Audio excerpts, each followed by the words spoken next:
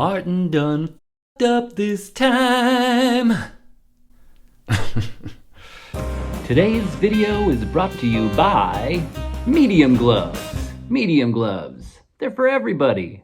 There appear to have been a couple of eras when Martin finishes didn't really hold up to the test of time.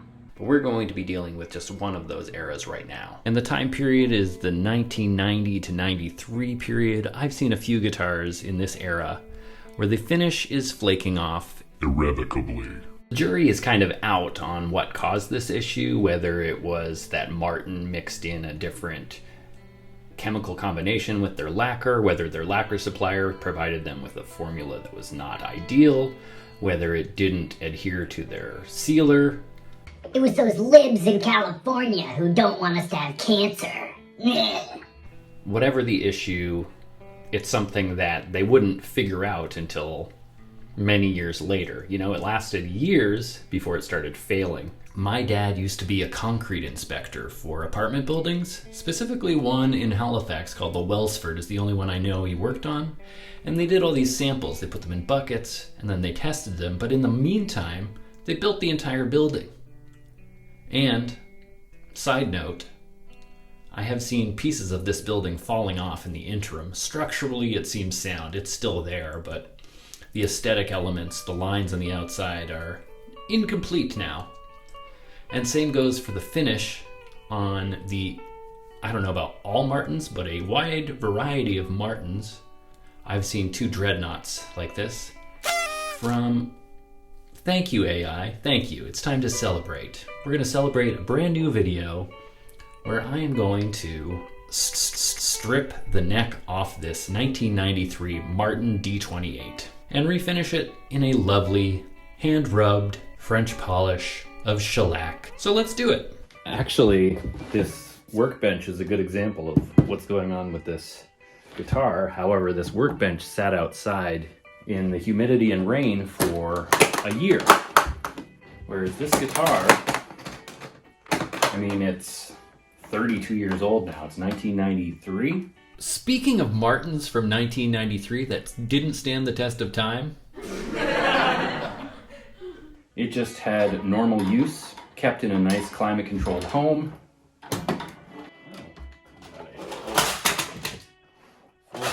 Oh, we'll just drop hardware everywhere. Clean your bench before you start your projects, kids. Let's have a closer look at what's going on with this guitar. It's safe to say that if these guitars were never used, then the finish would probably stay intact. You can see there's a lot of checking. Maybe you can't see, but there's a lot of finish checking to the lacquer. But when you do use them, this happens. And this happens. And this happens. And this happens. And it becomes really uncomfortable. These edges are really sharp. The finish was kind of thick, and obviously it delaminates from the wood. And so today's project is going to be to strip this neck and refinish it in a natural shellac. Let's start with a quick experiment and see if this finish wants to come off easy or the hard way. Ooh, that's not bad.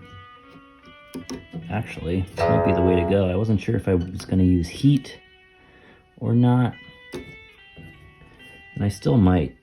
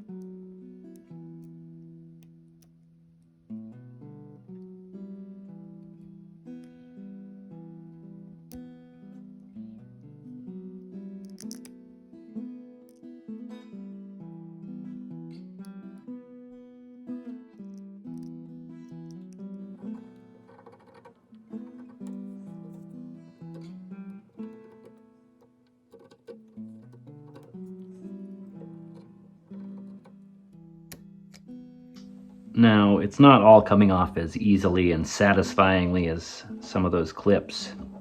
And you're gonna scrape off some of the stain. There's sort of a dark brown stain, but in this case, the client doesn't care if the neck transitions to a different color.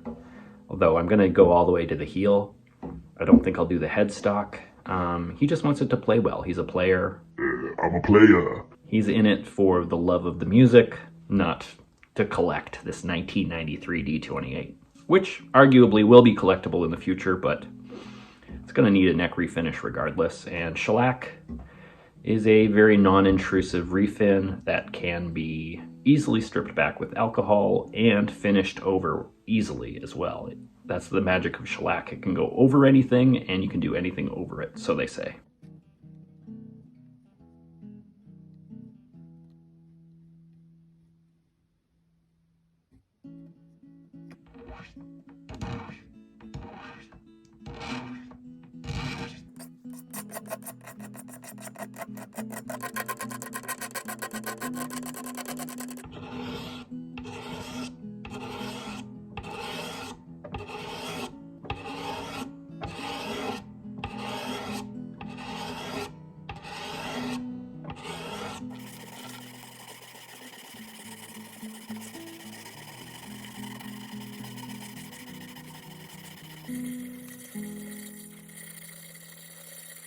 I prefer popping the grain with denatured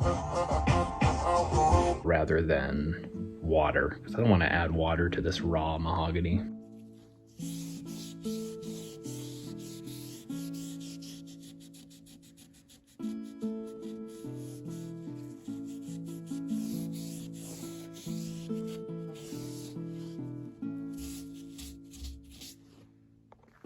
Ooh-wee, that's pretty. Still wasn't sure what to do about the volute or the diamond non-volute or the bird's beak. Whoever wants to correct me can go correct themselves. Now that that's nice and dry, I'm going to hit it with some 600 grit because the grain didn't really pop that much. The old sealer and whatnot still doing their job to some extent, I guess. I don't know. But 600 grit, and then I'll hit it with some shellac. Now I'm actually going to pull the tape off before I put on the finish, because if you've ever tried to finish around tape, the finish will actually get under the tape and make a much worse result. So I'll get a much cleaner edge if I'm going to use a brush near the heel, and the rest I will rub with a piece of fabric.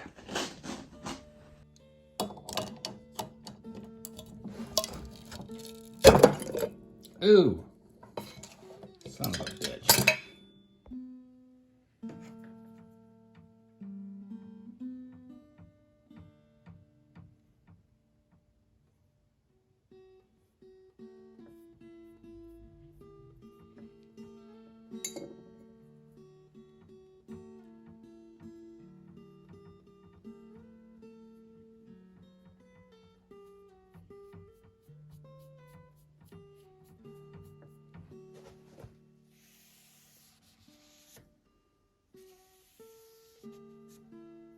Now, because there's more end grain obviously at the heel, it's popped up a little bit, so we're going to hit that again with some 600 and then move on to another coat. And of course we are only sanding exactly with the grain, not even against the grain at this point. When you're doing your finish sanding, you always want to go with the grain direction. Duh. Anytime I say any fairly common information, people are like, yeah, duh, and rain is wet. But not everyone knows everything, wise guy. I'm realizing this is going to be a fairly short video because we're just doing one procedure, essentially. I may include, you know, the final setup as well. But if not, this isn't that informative. It's just kind of a what's up, here's what's going on. I think the next video I'm going to do is setting up a really shitty J Tercer guitar, and I might include it in this video and make a twofer. But then again,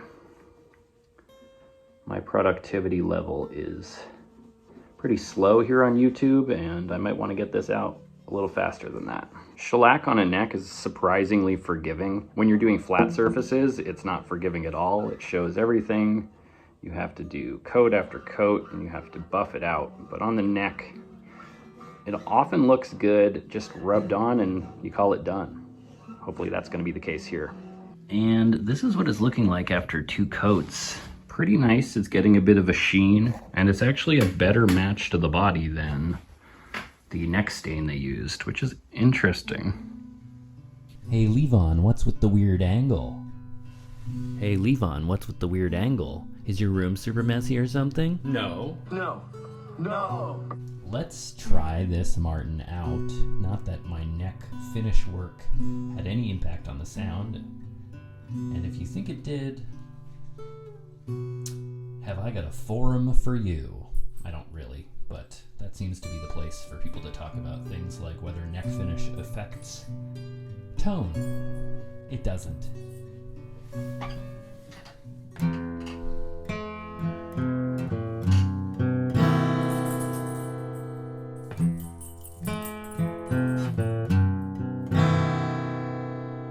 Which way?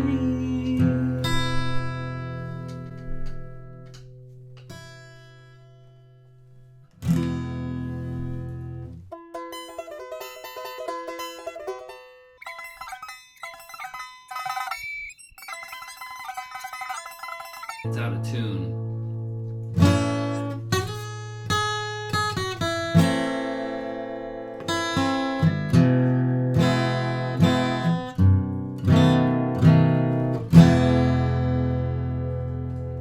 So, the strings are catching on the nut, the action is high, fingers are like effed. So, we're gonna do a little setup work, and then we'll demo it in tune. Okay, let's see WTF is up with this guitar. The action at the first fret looks pretty good. There might be a little room for improvement there, but let's check to see if it needs a truss rod adjustment first. That looks great, actually. There's a tiny bit of relief. That's actually perfect. So we're gonna make our adjustments at the nut and the saddle.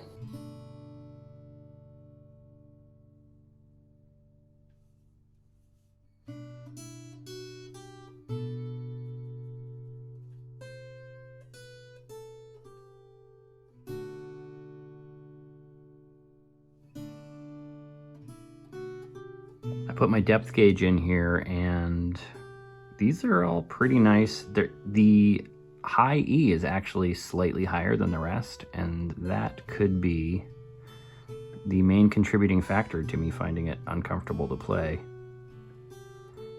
So we will bring the high E down a little bit, and maybe the B string too. I've definitely mentioned this before, but you want to use a file slightly larger than the string you're going to use. This is an 11, and I'm using a 13 file, because you don't want the string to pinch, because once it's pinching, then when you tune, it won't adjust, which this is having a problem with anyway. And of course, we're going at a downward angle this way, in case you didn't already know that. You can also obviously go a lot tighter on the higher lower gauge strings, because their vibrational frequency, their radius, I guess, of their vibration is much smaller, so you can get them much closer to the first fret. Some people say as low as 0.01, whereas people tend to go closer to 0.02 on the low E. Conveniently, on the high E, we can use the very file we're using for the slot to check the depth, and you can see there's still some space there. Maybe you can't see, bad angle, but there is still some space there, trust me. So we're not done yet. Now that I have them to depth,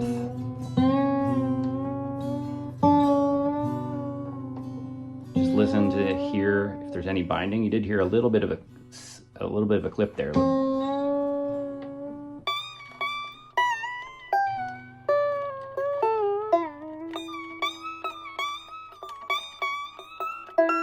to make sure I get the same gauge strings on there. We got 53, 43, 33, 25, 23, 14, and 10.5, so I'm guessing 11, maybe 10.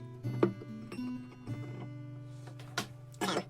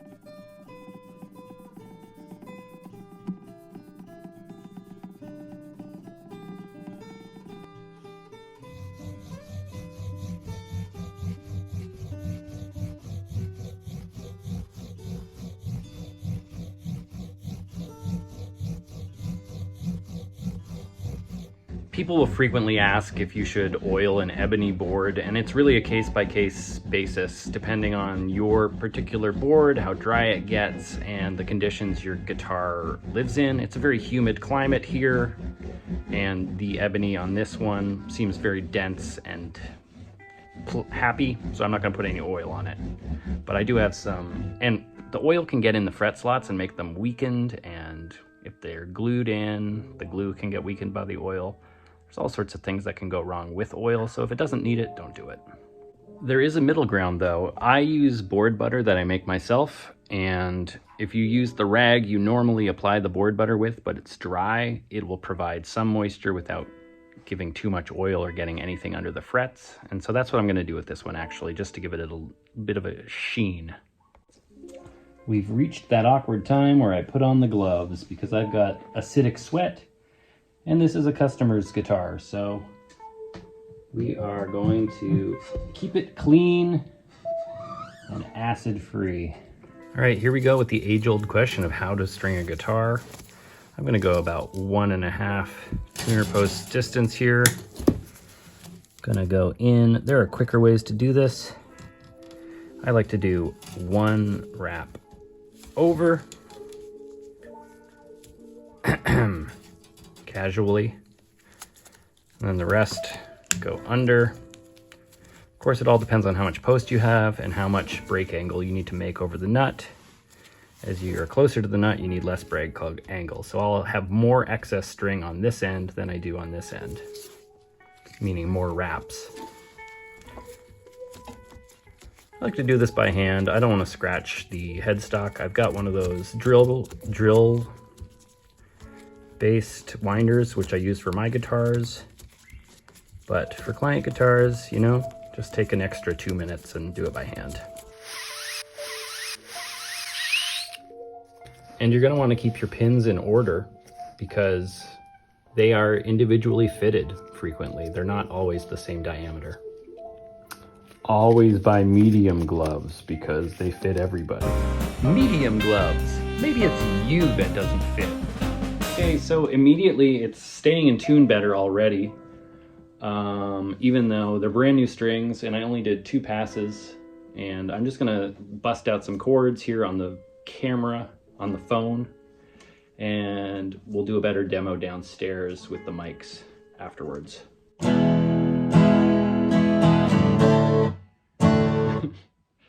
I suck.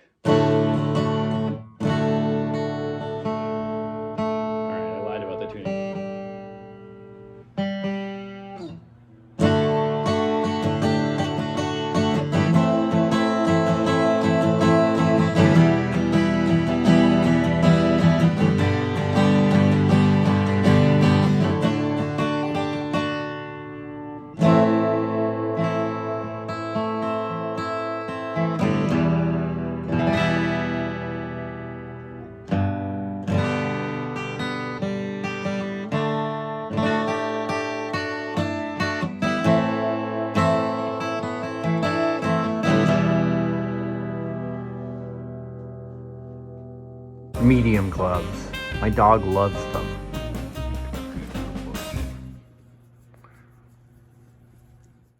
We rolling? We're rolling. Oh shit. Here we go.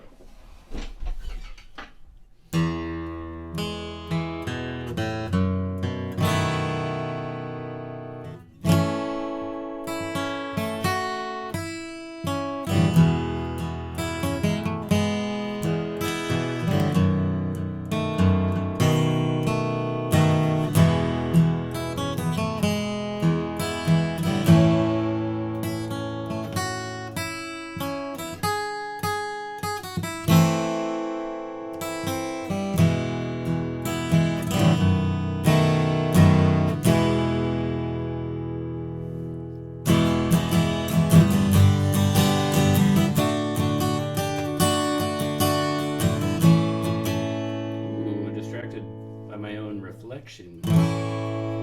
Hello. Hello, handsome.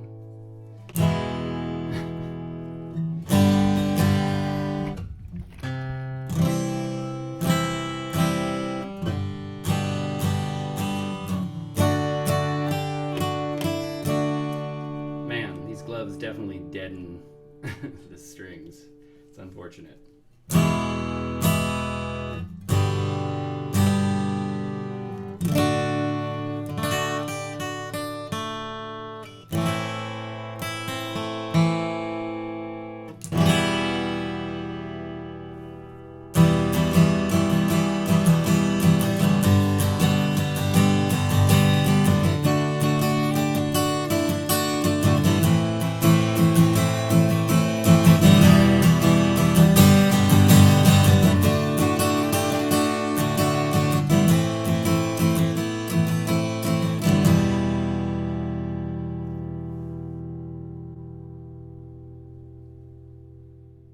Let's double check that head thing. Oh, where is it? Is it 8 pounds? The human head weighs 8 pounds. 7. There we go. Head weighs 8 pounds. My official guess, ooh, smells like the ocean, is 22 pounds. Let's see. Hook. Hook. Oh, not too bad. 20 and a half.